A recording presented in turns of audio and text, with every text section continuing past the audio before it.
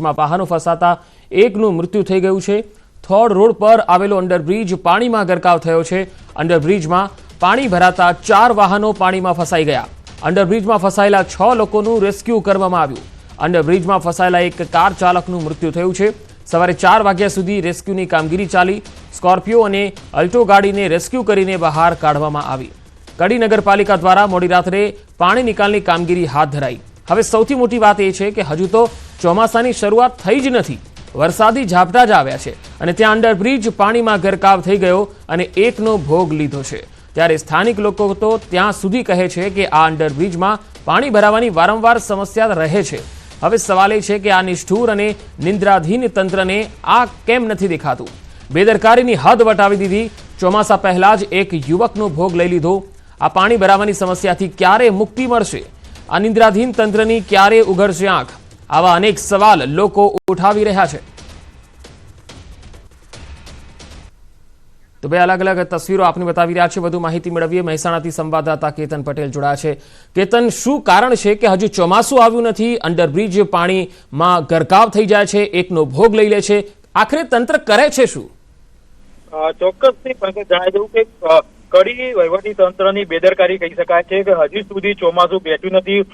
તેવા સમયે સામાન્ય વરસાદ વરસે છે, તેવા સમયે અનેક જે ગાડીઓ હોય છે તે પાણીમાં ગરકાવ થાય છે અને આ પાણીમાં ગરકાવ થતા એક યુવકનું મોત નીપજ્યું છે। એટલે અનેક સવાલો થઈ રહ્યા છે। લોકોમાં પણ આક્રોશ જોવા મળી રહ્યો છે કે વહીવટી તંત્ર કરે છે શું? સામાન્ય જ વરસાદમાં આ રીતે જો પાણી ભરાઈ જતું તો હજી તો આખું ચોમાસું બાકી છે। ચોમાસામાં કઈ રીતે આ વહીવટી તંત્ર પાણીનો નિકાલ કરવાની જે કામગીરી હોય છે તે કરશે? જી કેતન, આ જે પાણી ભરાઈ જાય છે તેને લઈને કડી નગરપાલિકાનું તંત્ર શું કહી રહ્યું છે? શું કારણ છે કે આટલા સમય પછી પણ આ પાણીના નિકાલની કોઈ વ્યવસ્થા ન કરાઈ?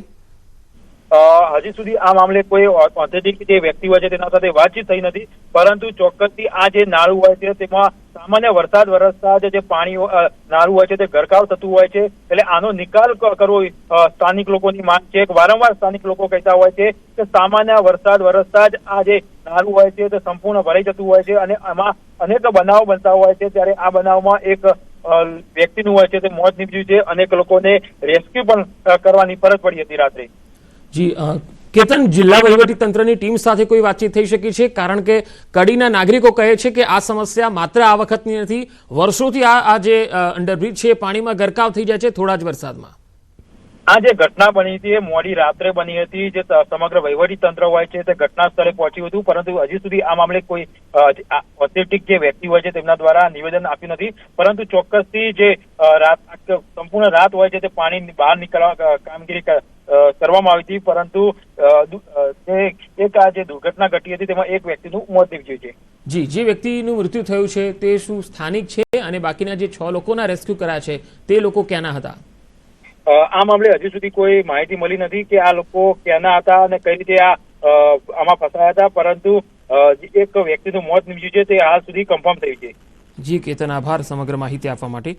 તો આ તસવીરો તમે જોઈ શકો છો મહેસાણાના કડીની, અને મહેસાણામાં કડીમાં આ જે અંડરબ્રિજ પાણીમાં ગરકાવ થઈ ગયો છે એ માત્ર ચોમાસામાં જે આપણે 10-15 ઇંચ વરસાદમાં જોતા હોય એવી સ્થિતિ માત્ર એક ઝાપટામાં જે કમોસમી માવઠું થયું એમાં આ પરિસ્થિતિ જોવા મળી છે।